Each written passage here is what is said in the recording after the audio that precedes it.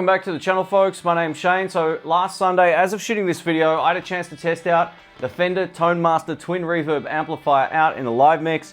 And I gotta tell you, I had a blast playing this amplifier. I'm gonna go over some of the pros and cons about this at the end. There's really only one thing about it that doesn't quite respond the same as its valve or tube counterpart. But other than that, I think this sounded pretty wild. So what you're about to hear in this video is some lead parts as well as some rhythm parts playing behind my friend Brian, who's a great guitar player. Unfortunately, he was out of shot. It's really tricky in that room to film just with one camera and get everybody in shot. I filmed the two sets. The one prior to the one that you're about to see, I was out of shot, which doesn't make for a great YouTube video, or maybe it makes for a better one, I don't know.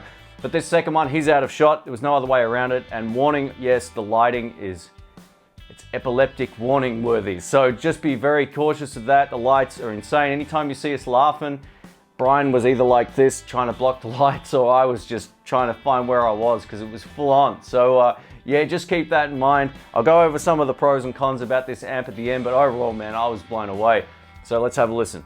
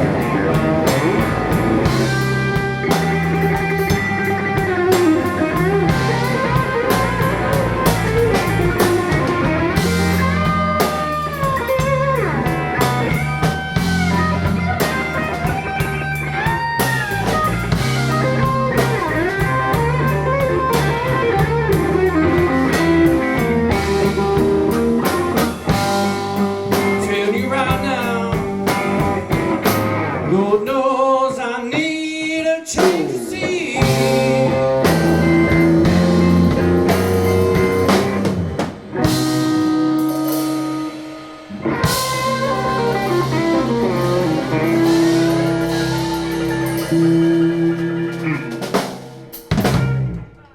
That Mark Roman on the drums. And Mr. Blue Shirt himself, Dave, on the bass.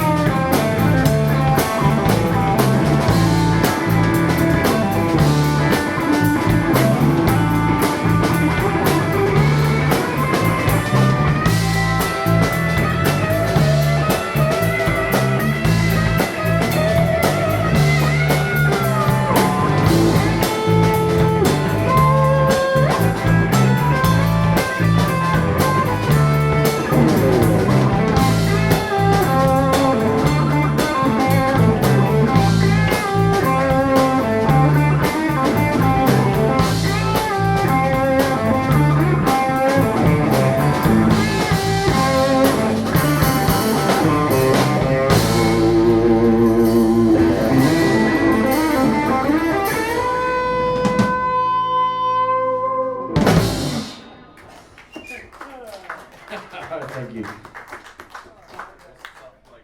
So in my opinion, this responded great in the live situation, definitely cut through the mix. Now in terms of my pedal board, I was using the VS Audio Royal Flush Dual Overdrive pedal, the Greenchild Mr. Boost Clean Boost, and the Citek Serena Digital Delay pedal.